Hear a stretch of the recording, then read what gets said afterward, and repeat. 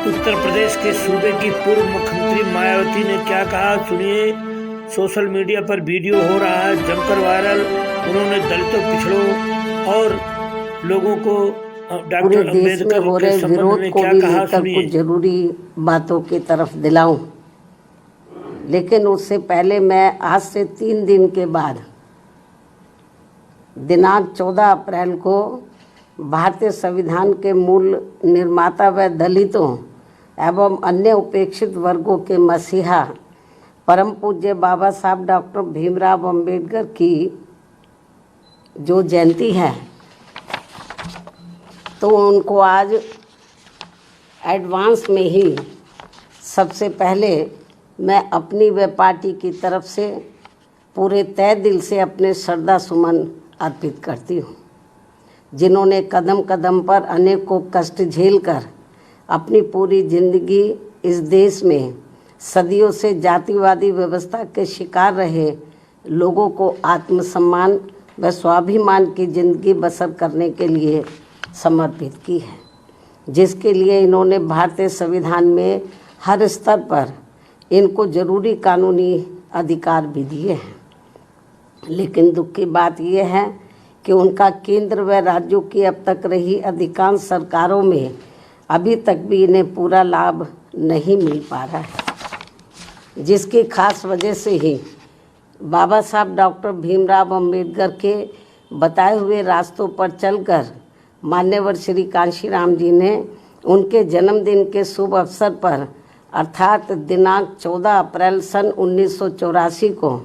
Bahujan Samaj party के नाम से राजनीतिक पार्टी का विधिवत गठन किया और फिर इस पार्टी के जरिए ही पूरे देश में इनके अनुयायियों को अपने पैरों पर खड़े करने का निरंतर प्रयास भी जारी रखा और अभी भी है। जबकि पिछले कुछ वर्षों से कांग्रेस, बीजेपी व अन्य जातिवादी पार्टियां खासकर बाबा साहब के जन्मदिन के मौके पर उनके अनुयायियों के वोटों को लुभाने के लिए जो किस्म किस्म के हथकंडे इस्तेमाल कर रही हैं और इस बार भी कर रही हैं, तो उनके बहकावे में ना आकर इन्हें अपनी एकमात्र हितैषी पार्टी बीएसपी के बताए हुए रास्तों पर चलकर ही उनके अधूरे रहे कारवां को मंजिल तक जरूर पहुंचाना है। इतना ही नहीं बल्कि बाबा साहब ने अपने आखिरी समय में दिनांक 14 अक्टूबर सन 1956 को अपने अपार अनुयायियों के साथ धर्म परिवर्तन करके जो बौद्ध धर्म की दीक्षा ली है, तो उसे भी अब जातिवादी मानसिकता के लोग सनातनी बनाने में लगे। इस धर्म को भी, ये भी अति चिंता की बात है। और इस संदर्भ में ये बात सर्वविदित है कि बिहार राज्य का बोध गया बौद्ध तीर्थ स्थल के रूप में देश व दुनिया भर में अति विख्यात है। बोध गया में तथागत गौतम बुद्ध के पवित्र ज्ञान स्थली पर स्थापित भव्य व अति प्राचीन महाबोधि मंदिर में सरकारी व गैर सरकारी स्तर पर गैर बौद्ध धर्म के मानने वाले लोगों के बढ़ते हुए प्रभाव एवं दखल को लेकर पूरे देश व दुनिया भर के बौद्ध भिक्षुओं व बौद्ध अनुयायियों में भारी बेचैनी व आक्रोश व्याप्त है तथा वे लोग इसको लेकर कांग्रेस की सरकार के दौरान सन 1949 में बने बोध गया मंदिर प्रबंधन कानून में जरूरी परिवर्तन की मांग को लेकर शांतिमय ढंग से काफ़ी समय से आंदोलित भी हैं। ये कांग्रेस के समय में ये कानून बना था। उल्लेखनीय है कि देश की आज़ादी के बाद कांग्रेस पार्टी की सरकार द्वारा बिहार में बोध गया मंदिर प्रबंधन के संबंध में जो कानून बनाया गया था, तो उसमें जिला अधिकारी की अध्यक्षता में 4 हिंदू व 4 बौद्ध धर्म के मानने वाले लोगों की कमेटी बनाने का प्रावधान किया गया है, जो पहली नज़र में ही अनुचित, अनावश्यक व भेदभावपूर्ण लगता है। और सरकार की इस अनावश्यक दखल अंदाजी की वजह से ही वहाँ महाबोधि मंदिर में पूजा पाठ, देखरेख, संपत्तियों के संरक्षण, उसका रखरखाव व साफ सफाई आदि के साथ ही लाखों तीर्थ यात्रियों की सुख सुविधा आदि को लेकर भी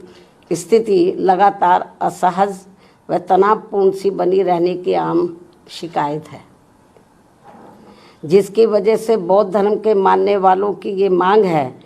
कि महाबोधि मंदिर की पवित्रता को पूरी तरह से बनाए रखने तथा इसकी सही से देखभाल के लिए ये जरूरी है कि मंदिर में पूजा पाठ,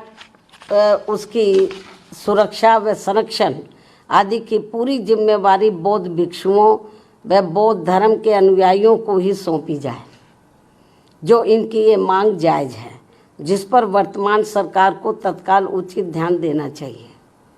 वैसे भी अधिकतर लोगों का यही मानना है कि 1949 में जब मंदिर प्रबंधन के संबंध में कानून बन रहा था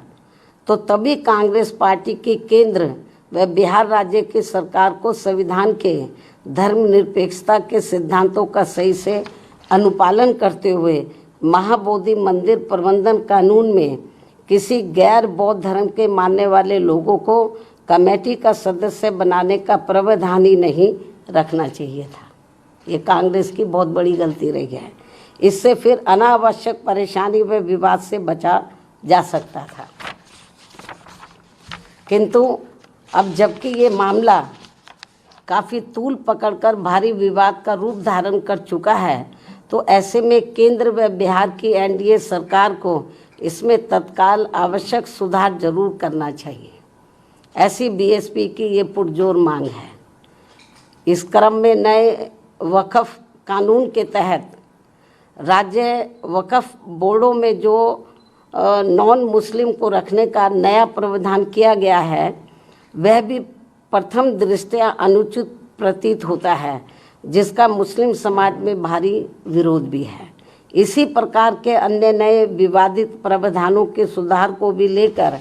केंद्र सरकार अगर वक्फ कानून को फिलहाल स्थगित करते हुए उस पर समुचित पुनर्विचार करती है तो ये बेहतर होगा। अर्थात इन सभी मामलों में सरकार जरूर ध्यान दे, बीएसपी की पुनः ये मांग है। इसके अलावा भारत में भारतीयों की सुरक्षा के लिए केंद्र में सभी राज्य सरकारों को आतंकियों के विरुद्ध अपने अपने राजनीतिक स्वार्थ को छोड़कर भारतीय कानून के तहत निष्पक्ष, ईमानदार व सख्त कानूनी कार्रवाई करनी चाहिए या इनके द्वारा होनी चाहिए, तो ये देश व यहाँ के नागरिकों के हित में होगा। इन्हीं जरूरी बातों के साथ ही अब मैं अपनी बात यहीं समाप्त करती हूँ। धन्यवाद। जय भीम व जय भारत।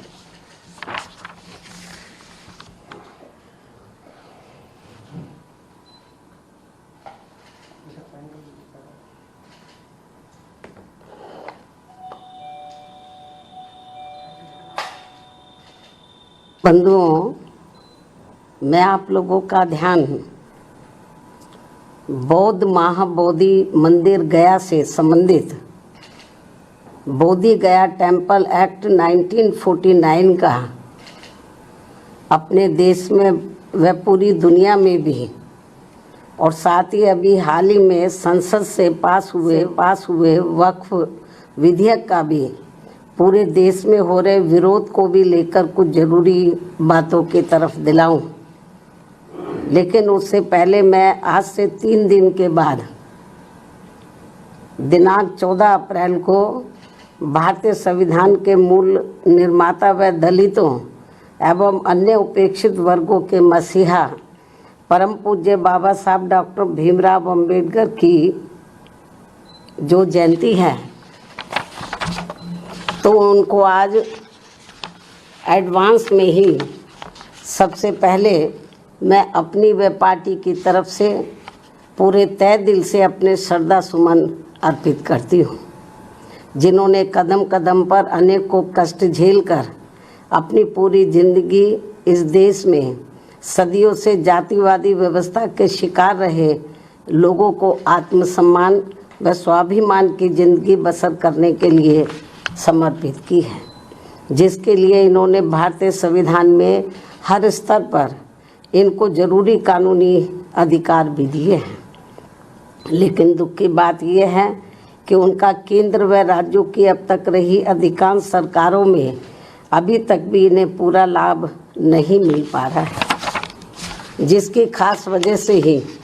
बाबा साहब डॉक्टर भीमराव अंबेडकर के बताए हुए रास्तों पर चलकर मान्यवर श्री कांशीराम जी ने उनके जन्मदिन के शुभ अवसर पर अर्थात दिनांक 14 अप्रैल सन 1984 को बहुजन समाज पार्टी के नाम से राजनीतिक पार्टी का विधिवत गठन किया और फिर इस पार्टी के जरिए ही पूरे देश में इनके अनुयायियों को अपने पैरों पर खड़े करने का निरंतर प्रयास भी जारी रखा और अभी भी है। जबकि पिछले कुछ वर्षों से कांग्रेस, बीजेपी व अन्य जातिवादी पार्टियां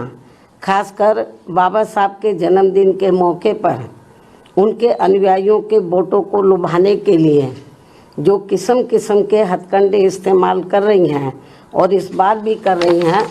तो उनके बहकावे में ना आकर इन्हें अपनी एकमात्र हितैषी पार्टी बीएसपी के बताए हुए रास्तों पर चलकर ही उनके अधूरे रहे कारवां को मंजिल तक जरूर पहुंचाना है। इतना ही नहीं बल्कि बाबा साहब ने अपने आखिरी समय में दिनांक 14 अक्टूबर सन 1956 को